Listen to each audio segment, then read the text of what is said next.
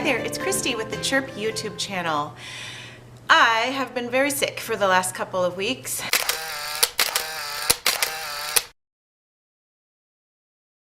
And I need to take a little bit of a break from the series that I was doing on developmental keys that we need to be supporting in our kids, because I need to do a short video this week.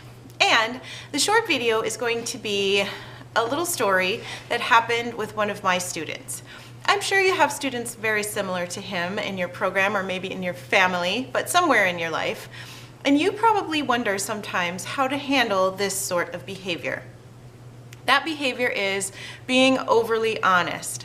Even if you have a child who does not have any developmental delays, you are probably bound to see some of this behavior in your typical kid also.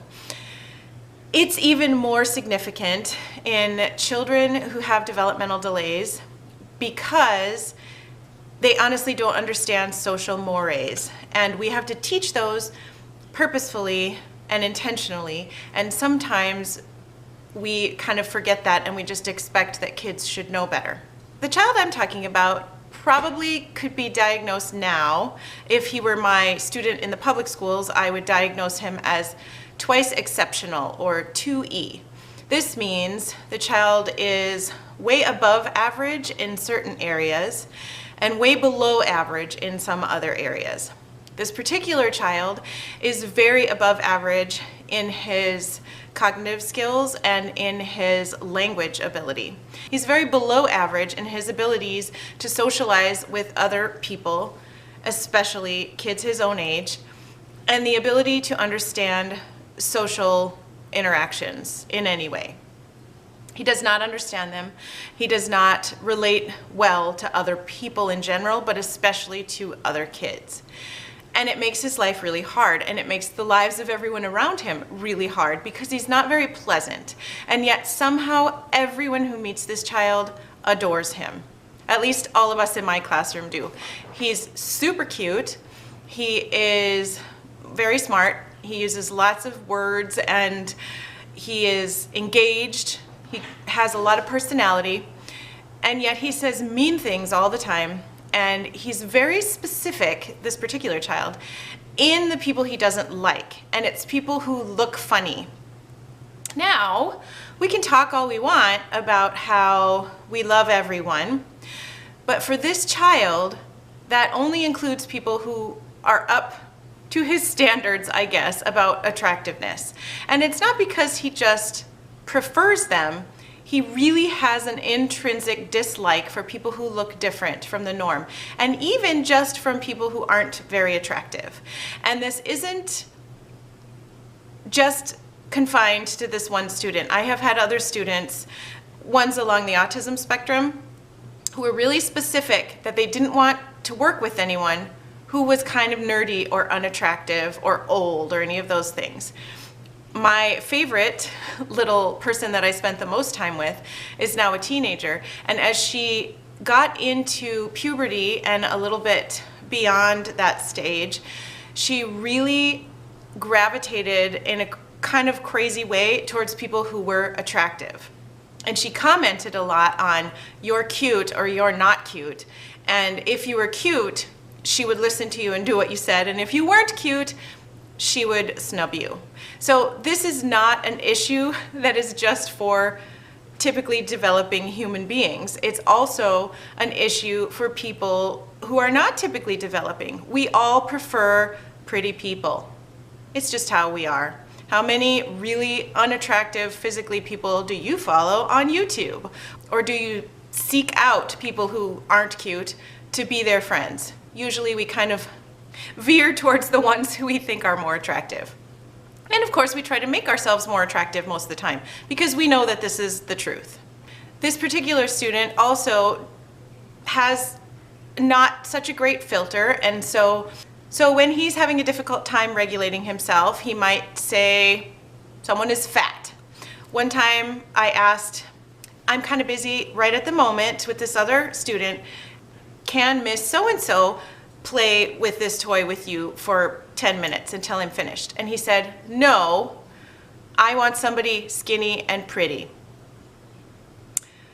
Well, I'm super glad that Miss So-and-so did not hear that, because how hurtful is that?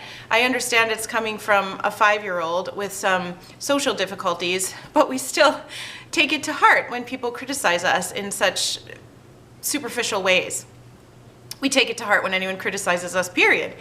But especially when it's on our appearance, which sometimes we can't control as easily as we would like, it is hurtful no matter what, even if it's from a child. Maybe especially if it's from a child, because we know they have more difficulty filtering what comes out of their mouth.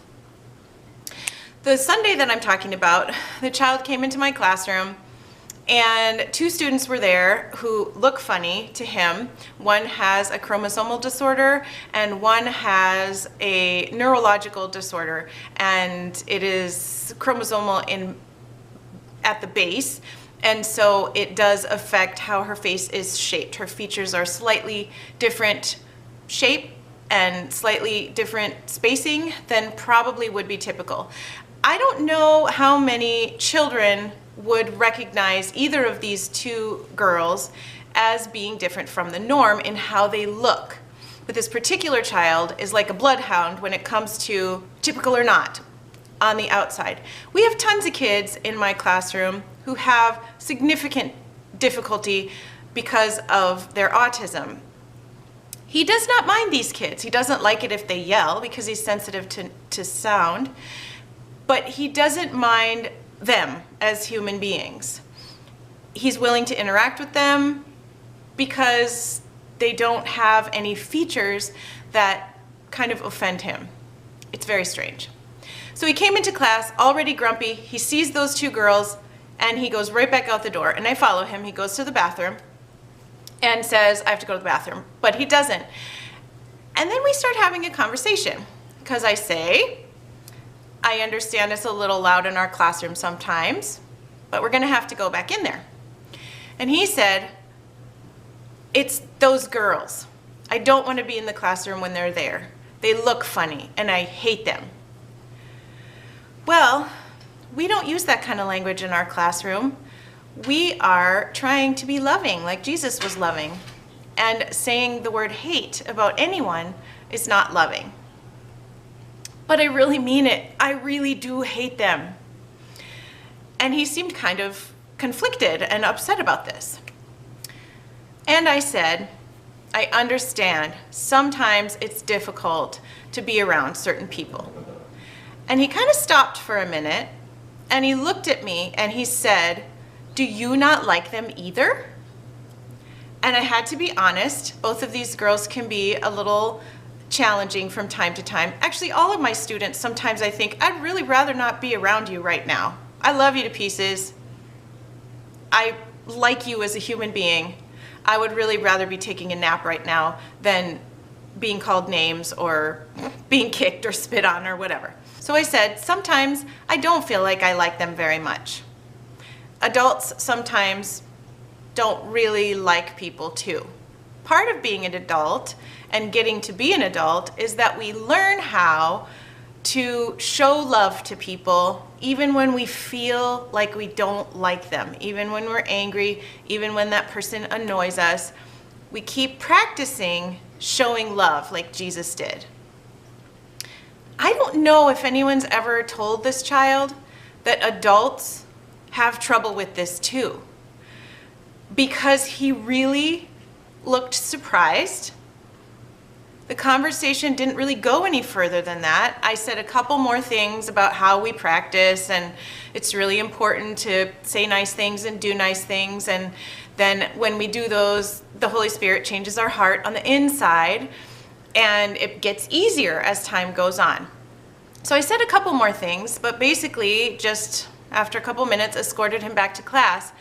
And he really did behave differently that day. It's going to be an ongoing conversation because every time he comes in, he's had different experiences at home and he's in a different mind space and mood space. That's the big thing.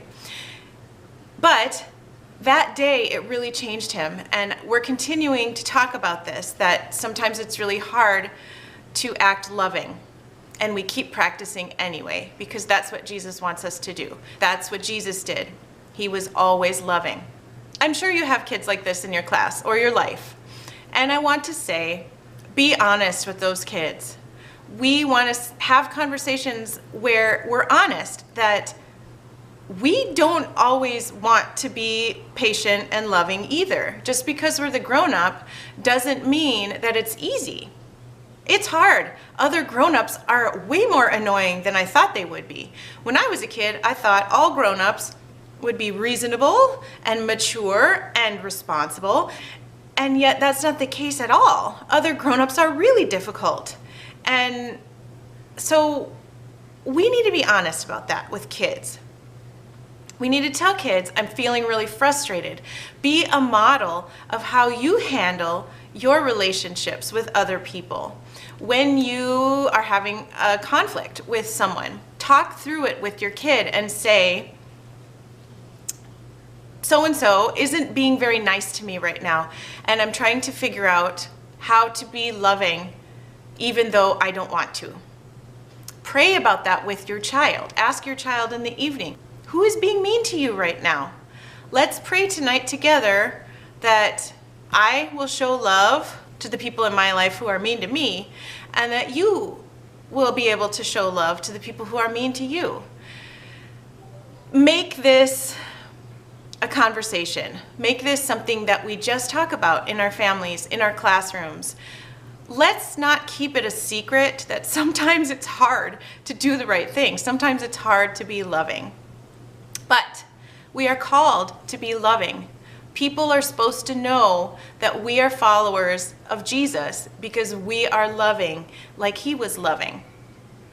And don't worry if you're not a follower of Jesus. Of course, you can adapt this to suit your own beliefs. If you don't believe in God at all, but you have deep morals that it's important for people to be kind to each other because it makes society stronger, then talk about that with your kid. Talk about how it's important to have ethics. And ethics means we do what's right for the world. We do to other people as we want other people to do to us. Because it makes the world a better place. Because society functions better when everyone is being as kind as they possibly can. So obviously you can suit this to any belief system. It's just that I happen to be a Jesus follower, and this is how I phrased it to this particular child. I hope this video was interesting to you and that it gave you some things to think about. It's kind of just an off-the-cuff video today because my brain is full of snot. Don't hesitate to leave questions down below if you have them, or email me with more personal things that you don't want to leave in public. I hope you have a wonderful day, and I'll see you in my next video. Bye.